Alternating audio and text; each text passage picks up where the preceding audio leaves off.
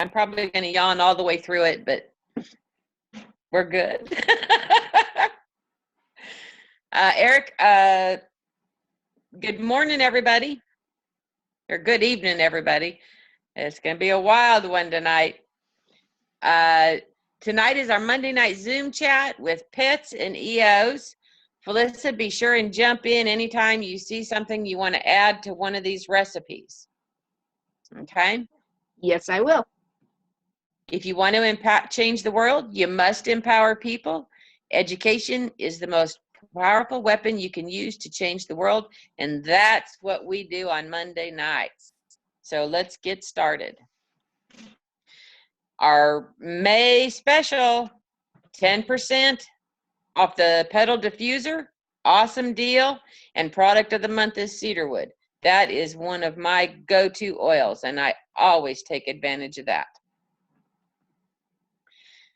To get us started, I wanted to put up dog reflexology points. I did not find cats, but they are pretty much identical, maybe off by just a little space or two, so you can follow the same pattern. So you can refer back to this when you see some of the recipes talking about the pads. All right, our first one tonight, pets and seasonal threats. You can use lemon, lavender, and peppermint on dogs. And for cats, you're better off with lavender, lemongrass, and frankincense. You can put 1 drop on food daily, 1 drop between the pads of each foot, or 1 drop to front of one front foot for licking off. All of these are safe. I've tried, I've got one dog that doesn't like the oils put on her. That's Precious.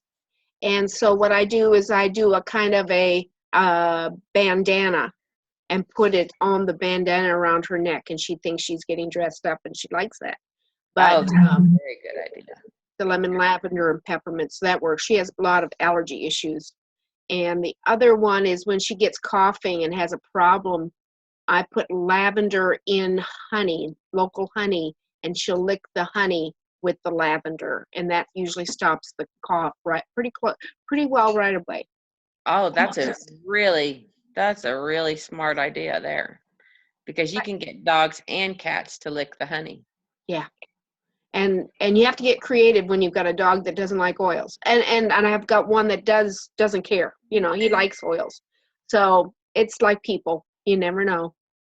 Mm-hmm. But diffusing always works with that too, even if you have a diffuser. So yeah, if you have a diffuser, you're good to go. Mm-hmm. All right. Outdoor pests.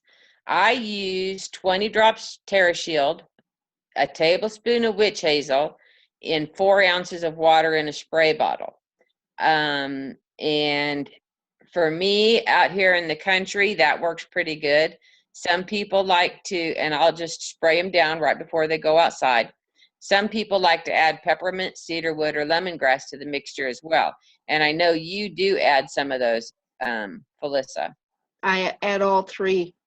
It was a recipe from the dog oiler, and it does definitely work on hard.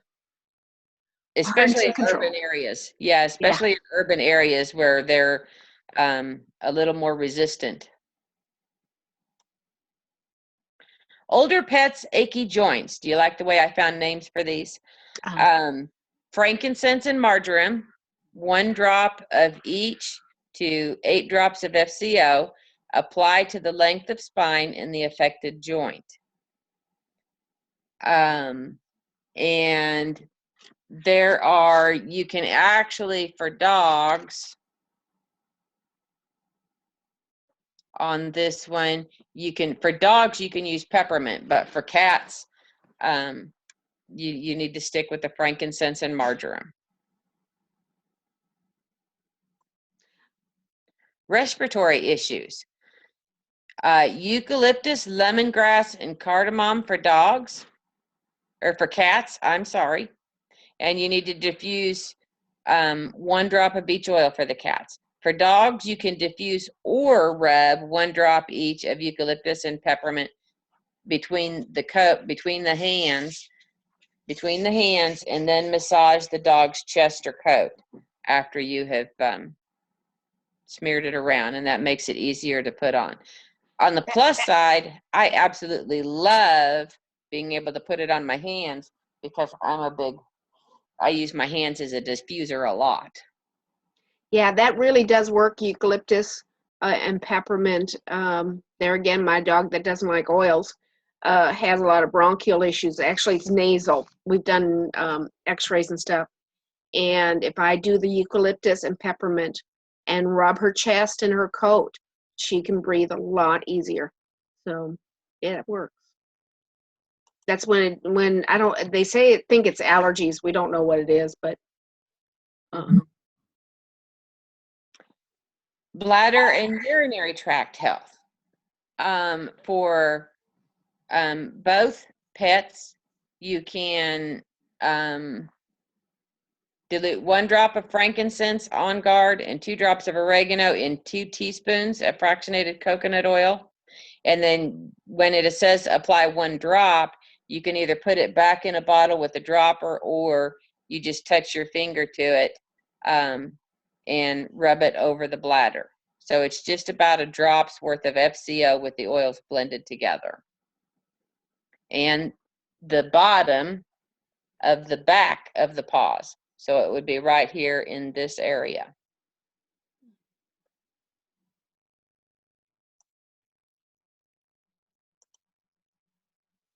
Bleeding, helichrysum, of course. 1 drop on wound. Repeat if bleeding does not stop. Now, if you don't have helichrysum, you can use lavender, but I have found that helichrysum is so effective, I keep it on hand. Some people do like to use myrrh. It's a fairly thick oil, and but there again, if you have it on hand, helichrysum is the one to use. Tummy issue. Digest Zen rubbed on the tummy, neat for large dogs.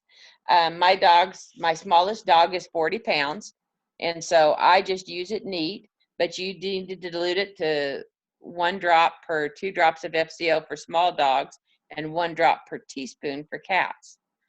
It really is quite effective.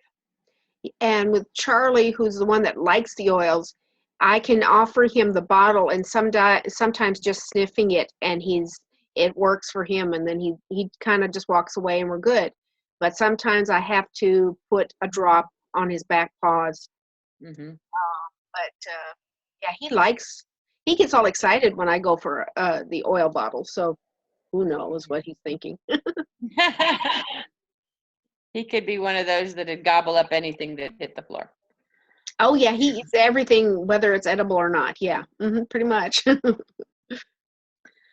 For ears, and this really is exactly how I use essential oils around the ears. I will always mix something up and then get a drop on, and what I do is I'll get a drop on the cotton ball, and then I will actually take and rub it around on my hand to smear it around before I actually put it in the ears and rub it around and wipe the ears down. But I really like the frankincense and geranium. Especially the basil I use on my own ears. It's great I like basil for just kind of caking up the wax, so it's easy to remove. Lavender, a lot of people like using lavender on the ears. And arborvitae I had not tried, but once I did it the first time, I really like arborvitae in this blend. This is not a dog or a cat question. We read somewhere to use some melaleuca in our rabbits' ears, and I kind of look at rabbits similar to cats. Did you read anything about that, or? Well, interestingly enough, have you heard that you should not use melaleuca on cats? Yes. Okay. Even though you should not use Melaleuca on cats, I have found that I can use Melaleuca on all my cats. Mm-hmm. And so it really is, I think of Melaleuca as, you know how some cats are sensitive to pyrethrins, or specifically carnation. The Melaleuca, I think, is going to fall into the same category. Most of the time, it's cats who have Siamese in them in some generation.